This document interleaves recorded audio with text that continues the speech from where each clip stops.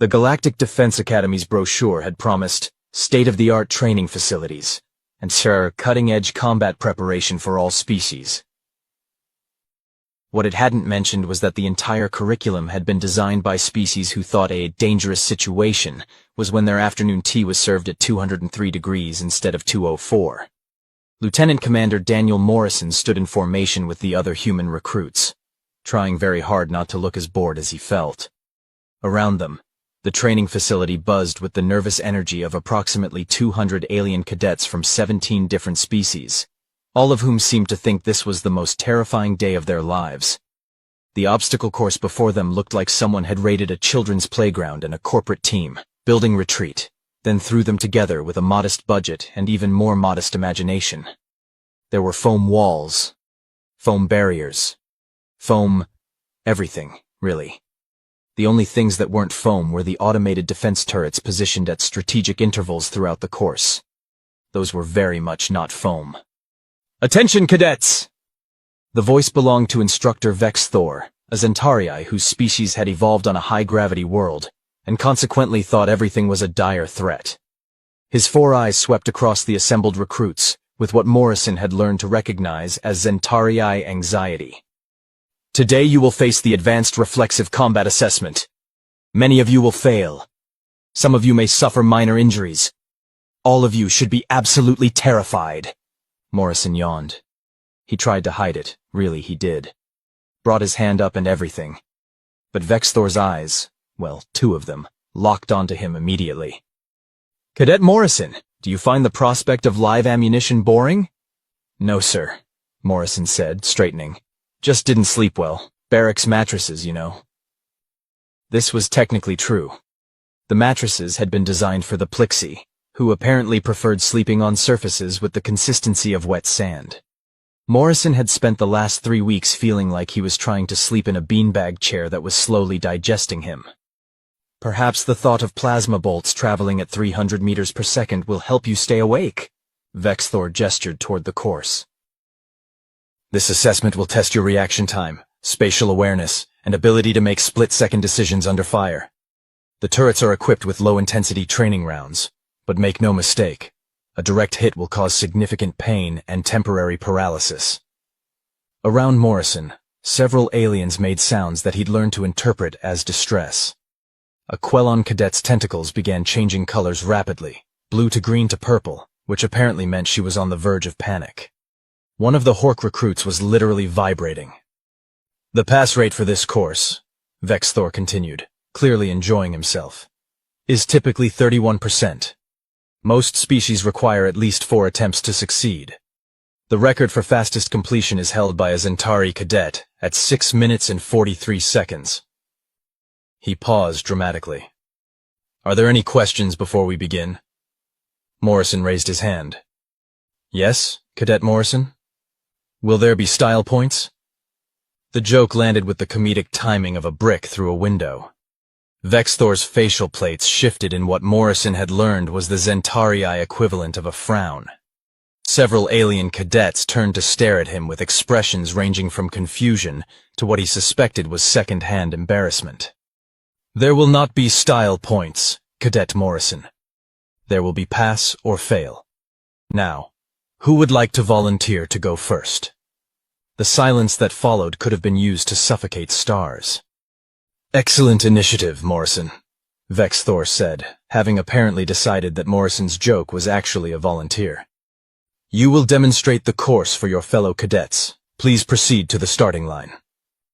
Morrison sighed and made his way to the starting position, ignoring the pitying looks from some of the other recruits. One of the Quellon cadets, a guy named Blip, probably not his real name, but the actual name had 17 syllables and 3 sounds humans couldn't physically produce, gave him a sympathetic tentacle wave.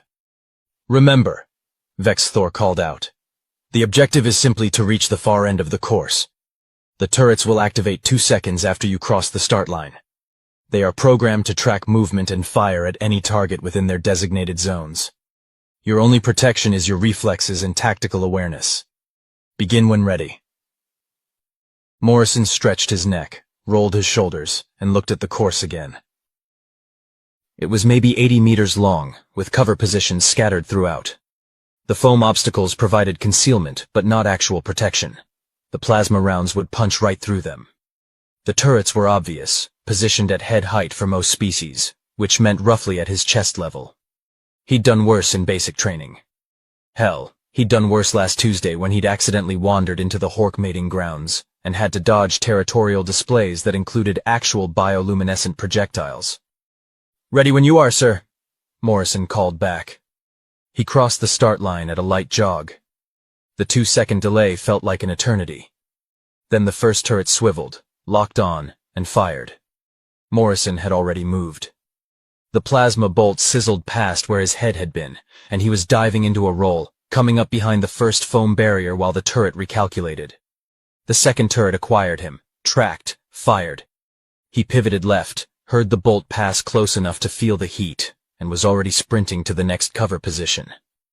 This was, Morrison reflected as he slid under a foam arch while 2 turrets tried to triangulate his position. Actually pretty fun. Like paintball, but with aliens watching and the vague possibility of painful injury. He vaulted over a low wall, more of a speed bump really, and rolled again as a turret adjusted its aim. The key was staying in motion. The turrets were fast, but they had a calculation delay. As long as you didn't move predictably, you could stay ahead of their tracking algorithms. A bolt sizzled past his left shoulder. He zagged right, then left again, broke into a full sprint for the final stretch. 2 turrets ahead, 1 on each side of the finish line. They both locked on simultaneously. Morrison dropped into a baseball slide, felt the heat of both bolts passing overhead, and slid across the finish line on his back like he was stealing home plate. The turrets powered down. An alarm chimed, presumably to indicate he'd passed. Morrison stood up, brushed foam residue off his uniform, and walked back toward the starting line where Vexthor and the other cadets were staring at him, with expressions that ranged from shock to what he hoped was impressed and not horrified. "Time elapsed," Vexthor said, his voice notably lacking its usual authoritative boom. 1 minute, 18 seconds. Morrison nodded. "The mattresses really are uncomfortable, sir. I'd like to submit a formal complaint." The next 3 hours were, in Morrison's professional opinion, hilarious. Watching the alien cadets attempt the course was like watching people try to swim through molasses while being chased by particularly aggressive bees. They were slow. Not just slow, careful. Methodically, painfully careful. The Quellon cadet made it halfway through before taking a hit to one of her tentacles and spending the next 10 minutes writhing in what the medical staff assured everyone was mild discomfort. The Hork recruit treated each foam barrier like it was an enemy fortification, spending so much time calculating approach angles that he ran out of time and was disqualified. By the time the 12th alien cadet had failed, this one a Dralisk who had tried to talk to the turrets, apparently under the impression that they were sentient, Morrison had moved past amusement and into something approaching anthropological fascination. "They're really not good at this," he muttered to Blip, who was standing next to him looking increasingly nervous about his upcoming turn. "Your species must have exceptional reflexes," Blip said, his tentacles doing that color-shifting thing again. "I have been studying the course for 47 minutes and still cannot identify a safe path through the second quadrant." "There isn't one. That's kind of the point. But the turrets will shoot at me." "Yeah, with plasma. Training rounds, but yes." "And you simply moved out of the way while they were shooting at you?" Morrison shrugged. "I mean, they're not that fast. You can see them tracking. Once you know where they're aiming, you just don't be there." Blip's tentacles went through several colors Morrison didn't have names for. "Your species is insane. You know, you're not the first person to tell me that this week." Eventually, after 17 more failures and 3 medical interventions, apparently plasma burns on Velari's skin were particularly unpleasant, it was time for the human contingent to run the course. Morrison had been designated team leader by virtue of being the oldest at 28 and having the most military experience. The other 5 humans in his unit, Davidson, Liu, O'Brien, Webb, and Kowalski, had been watching the alien attempts with barely concealed amusement. "All right, listen up," Morrison said, gathering them in a huddle. "The instructor expects us to fail like everyone else. Let's not disappoint him by succeeding too competently." Want us to pretend to be bad at this? Davidson asked, grinning. I want us to pass without making it look like we're showing off. So yeah, maybe take your time a bit. Make it look challenging. Morrison, O'Brien said. I've done obstacle courses in Georgia summer heat while hungover and wearing full combat gear. This is a light jog through a foam wonderland. I'm aware, which is why we're going to be respectful of our alien friends and their very genuine terror. Are we at least allowed to pass? Liu asked. Oh, absolutely. We're just going to do it diplomatically. They did not in fact do it diplomatically. Davidson went first and completed the course in 1 minute and 32 seconds, which Morrison figured was respectable enough. Then Liu did it in 1 minute and 9 seconds, because Liu was competitive and couldn't help herself. O'Brien took 1 minute and 45 seconds, but that was only because she literally stopped in the middle to retie her boot while casually dodging fire from 2 turrets. By the time Webb finished in 1 minute and 3 seconds, including a completely unnecessary backflip over the final barrier, the alien cadets had gone from shocked to what Morrison suspected was the beginning of an existential crisis. Kowalski, bless him, at least had the good sense to take 2 minutes and 12 seconds and make it look difficult. He even yelped once when a bolt came close, which Morrison appreciated as a nice touch of theatrical vulnerability. Then it was back to the aliens. Vexthor, to his credit, was trying very hard to maintain his composure. All 4 of his eyes kept darting between the humans and the course timing display, like he was trying to reconcile 2 fundamentally incompatible pieces of information.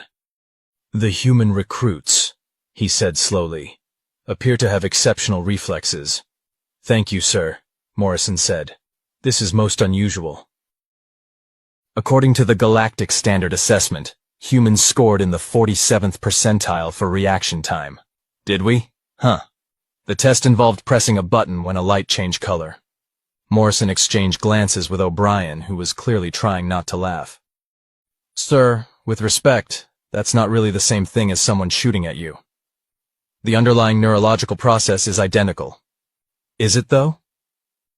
Vexthor's facial plates shifted in what Morrison had learned to recognize as deep confusion mixed with mild offense. Are you suggesting the Galactic Standard Assessment is flawed? I'm suggesting that maybe testing reflexes with a button and a light doesn't account for certain contextual factors.